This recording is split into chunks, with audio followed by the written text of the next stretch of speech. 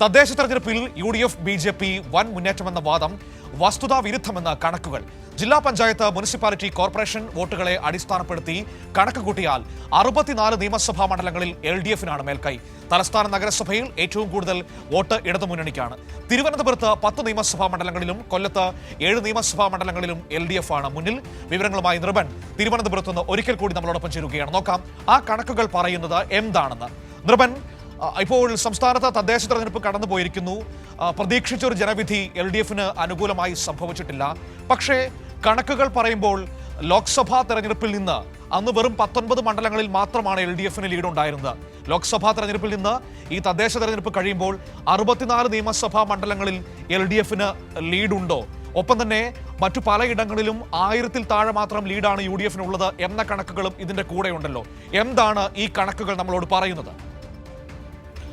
മനു, ഈ സാധാരണ തദ്ദേശ തെരഞ്ഞെടുപ്പിൽ LDF പ്രതീക്ഷിച്ച മുന്നേറ്റം ഉണ്ടാക്കാനായില്ല എന്ന് തന്നെയാണ് LDF-ന്റെ വിലയിരുത്തൽ. കാരണം വലിയ തരത്തിൽ വോട്ട് ലഭിക്കുമെന്നും ഈ വികസന പ്രവർത്തനങ്ങളും ഒപ്പം തന്നെ ഈ ക്ഷേമപ്രവർത്തനങ്ങളൊക്കെ തന്നെ രാഷ്ട്രീയപരമായ വോട്ടായി മാറും എന്ന തരത്തിലെ വിലയിരുത്തൽ LDF-നെ സംബന്ധിച്ചിടത്തോളായിരുന്നു. UDF-ഉം ഏറെക്കുറെ BJP അത് തന്നെയാണ് കരുതിയിരുന്നത്. നേരിയ മുൻതൂക്കം ഉണ്ടാക്കാം എന്നതായിരുന്നു UDF-ന്റെ കണക്കുകൂട്ടൽ. അതിനനുസരിച്ചുള്ള പ്രവർത്തനങ്ങളൊക്കെ തന്നെ UDF ചില നഗരസഭകളൊക്കെ കേന്ദ്രീകരിച്ച് നടത്തി. താഴെത്തട്ടിൽ അത് ആ നിലയ്ക്കൊരു സിസ്റ്റമാറ്റിക്കായിട്ടൊരു പ്രവർത്തനം UDF-ന് കാഴ്ചവെക്കാനായിട്ടില്ല. പക്ഷേ ഓരോ വാർഡുകളും നമ്മൾ കഴിഞ്ഞ ദിവസം തന്നെ റിപ്പോർട്ട് ചെയ്ത തദ്ദേശ തെരഞ്ഞെടുപ്പുമായി ബന്ധപ്പെട്ട് നഗരസഭ എടുത്ത് പരിശോധിക്കുമ്പോൾ തന്നെ BJP ഉണ്ടാക്കിയ മുന്നേറ്റം അത് UDF-ന് അനുകൂലമായിട്ടുണ്ട്. UDF വിജയിച്ച സ്ഥലങ്ങളിൽ BJP പിന്നോട്ട് പോയിട്ടുണ്ട്. അങ്ങനെ വോട്ടിംഗ് പാറ്റേണുകൾ ക്രോസ് വോട്ടൊക്കെ തന്നെ പല സ്ഥലങ്ങളിലും നടത്തിയിട്ടുണ്ട്. അതിങ്ങനെ ഓരോ വാർഡ് അടിസ്ഥാനത്തിലും മുനിസിപ്പാലിറ്റി വാർഡുകളും ജില്ലാ പഞ്ചായത്തും ബ്ലോക്ക് ഡിവിഷനും ഒക്കെ പരിശോധിക്കുമ്പോൾ മാത്രമേ അത് വ്യക്തമാവുകയുള്ളൂ. ഒപ്പം തന്നെ കഴിഞ്ഞ ദിവസങ്ങളിൽ ഇടതുപക്ഷത്തെയും പ്രത്യേകിച്ച് LDF-നെയും സർക്കാരിനെ വിമർശിക്കുന്ന UDF-ന് അനുകൂലമായി വാർത്തകളും അവരുടെ അജണ്ടയും നിശ്ചയിക്കുന്ന മലയാള മനോരമ പത്രം തന്നെ കഴിഞ്ഞ ദിവസം നിയമസഭാ മണ്ഡലാടിസ്ഥാനത്തിൽ കണക്കുകൾ പ്രസിദ്ധീകരിച്ചു. ആ നിയമസഭാ മണ്ഡലാടിസ്ഥാനത്തിൽ കണക്കുകൾ പ്രസിദ്ധീകരിക്കുമ്പോൾ അവർ പരിഗണിച്ചത് മുനിസിപ്പാലിറ്റിയും ഒപ്പം തന്നെ വാർഡുകളുമാണ്. അവർ ബോധപൂർവം തന്നെ ജില്ലാ പഞ്ചായത്തിൻ്റെ കണക്ക് വിട്ടു. കാരണം അങ്ങനെ കണക്കാക്കുകയാണെങ്കിൽ തദ്ദേശ തെരഞ്ഞെടുപ്പിൻ്റെ എടുക്കുമ്പോൾ അത് വാർഡുകളും ജില്ലാ പഞ്ചായത്തുകളും കൂട്ടിച്ചേർത്ത് മുനിസിപ്പാലിറ്റിയും കോർപ്പറേഷനും കൂട്ടിച്ചേർത്താൽ മാത്രമേ ആകെ ഉള്ള കണക്ക് വ്യക്തമാവുകയുള്ളൂ. പക്ഷേ ജില്ലാ പഞ്ചായത്ത് എടുക്കുകയാണെങ്കിൽ LDF-ന്റെ മുൻതൂക്കം ഉണ്ടാവുമെന്ന് കുറച്ചുകൂടി മുൻതൂക്കം ഉണ്ടാകാൻ സാധ്യതയുണ്ട് എന്ന് മനോരമയ്ക്ക് തന്നെ അറിയാം. അതുകൊണ്ട് തന്നെ എന്നിട്ടും അവർ കണക്ക് കൂട്ടിയത് ഈ നേരത്തെ പറഞ്ഞ തദ്ദേശ സ്ഥാപനങ്ങൾ മാത്രമാണ്. അവിടെയും കണക്കുകൾ പരിശോധിക്കുമ്പോൾ LDF 58 സീറ്റിൽ ആ ഘട്ടത്തിലും LDF വന്നിട്ടുണ്ടായിരുന്നു. UDF-നെ സംബന്ധിച്ചിടത്തോളം 80 സീറ്റ്, 2 സീറ്റ് BJP NDA എന്ന തരത്തിലാണ് കഴിഞ്ഞ ദിവസങ്ങളിൽ മനോരമ പത്രം പ്രസിദ്ധീകരിച്ച കണക്കിൽ പറയുന്നത്. എന്നാൽ രണ്ടാമത് കണക്കുകൾ ജില്ലാ പഞ്ചായത്ത് കൂടി ആഡ് ചെയ്യുമ്പോൾ വരുന്ന കണക്കിൻ്റെ ചിത്രമാണ് മനു നേരത്തെ മുഖവരിയായി വായിച്ചത്. അത് 64 മണ്ഡലങ്ങളിൽ LDF ഉണ്ട്. ഒപ്പം തന്നെ 10-ലധികം മണ്ഡലങ്ങളിൽ 2500 വോട്ടിൻ്റെ ലീഡ് മാത്രമേ UDF-നുള്ളൂ. തിരുവനന്തപുരത്തെ കഥ തന്നെ എടുക്കാം.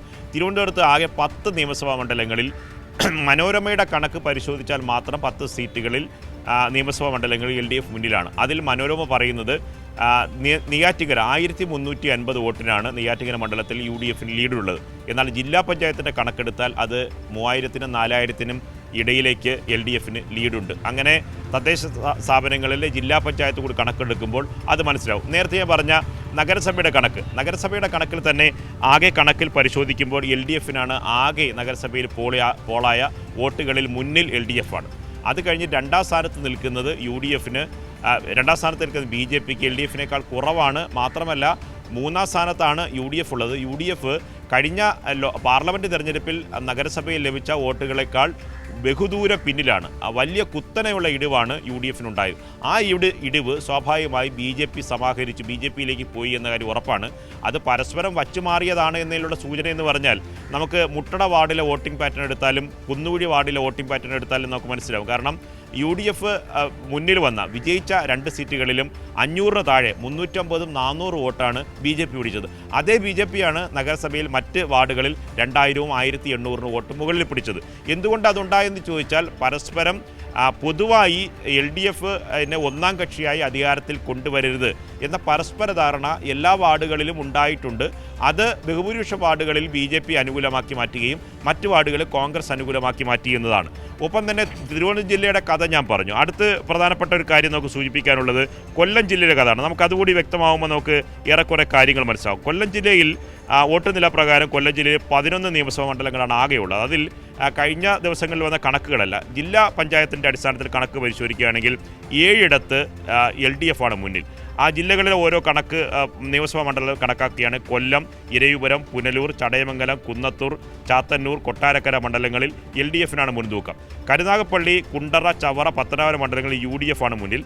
പക്ഷേ അവിടെ നമ്മൾ പരിശോധിക്കുമ്പോൾ ഇതുപോലെ തന്നെ 1000-1400 വോട്ടിൻ്റെ അടക്കമുള്ള വ്യത്യാസങ്ങളാണ് ഈ മണ്ഡലങ്ങളിലാകെ വരുന്നത്. അത് ജില്ലാ പഞ്ചായത്ത് കൂടി ആഡ് ചെയ്യുമ്പോഴാണ്. ഒപ്പം തന്നെ ചില കണക്കുകൾ കൂടി നമ്മൾ എന്തുകൊണ്ട് ആ താരതമ്യത്തിലേക്ക് നമ്മൾ വസ്തുപരമായി തെരഞ്ഞെടുപ്പിൻ്റെ ആത്യന്തികമായി ഓരോ വോട്ടിന് വിജയിച്ചാലും വിജയിച്ചു എന്നതാണ്. അതാണ് ജനാധിപത്യത്തിൻ്റെ ശക്തി. പക്ഷേ എങ്ങനെ പരാജയപ്പെട്ടു എന്നതും വിലയിരുത്തൽ നടത്തേണ്ടതാണ്, എങ്ങനെ വിജയിച്ചു എന്നതും വിലയിരുത്തൽ നടത്തേണ്ടതാണ്. അത് LDF എക്കാലവും ഒരു വാർഡിൽ പരാജയപ്പെട്ടാലും പാർലമെൻറ്റ് തെരഞ്ഞെടുപ്പിൽ പരാജയപ്പെട്ടാലും വിജയിച്ചാലും LDF അത്തരത്തിലുള്ള പരിശോധന നടത്താറുണ്ട്. ഇതേ കണക്ക് 2010 പരിശോധിക്കുമ്പോൾ നമുക്ക് മനസ്സിലായി. 2010 6 ജില്ലാ പഞ്ചായത്ത് ഡിവിഷനിലാണ് LDF വിജയിച്ചത്. ഏറിയ കുറി ഏകദേശം 600ഓളം വരുന്ന തദ്ദേശ സ്ഥാപനങ്ങളിൽ ഭരണം ഉണ്ടായിരുന്നത് UDF ആയിരുന്നു. പക്ഷേ തൊട്ടടുത്ത് അതേ കുതിച്ചു കയറ്റം തൊട്ടടുത്ത് തന്നെ 2011 നിയമസഭാ തെരഞ്ഞെടുപ്പിൽ ഉണ്ടായില്ല. നിയമസഭാ തെരഞ്ഞെടുപ്പിൽ 68ഉം 72ഉമായിരുന്നു. അതുപോലെ തന്നെയാണ് കഴിഞ്ഞ പാർലമെൻറ്റ് തെരഞ്ഞെടുപ്പിൻ്റെ കണക്ക്. അവസാനം നമുക്ക് പരിശോധിച്ചാൽ കഴിഞ്ഞ പാർലമെൻറ്റ് തെരഞ്ഞെടുപ്പിൻ്റെ കണക്ക് പരിശോധിക്കുകയാണെങ്കിൽ തദ്ദേശാടിസ്ഥാനത്തിൽ LDF-ന് നിയമസഭാ മണ്ഡലങ്ങൾ വിഭജിച്ചാൽ നമുക്ക് ലഭിക്കുക LDF-ന് ലഭിക്കുക 19 സീറ്റാണ്.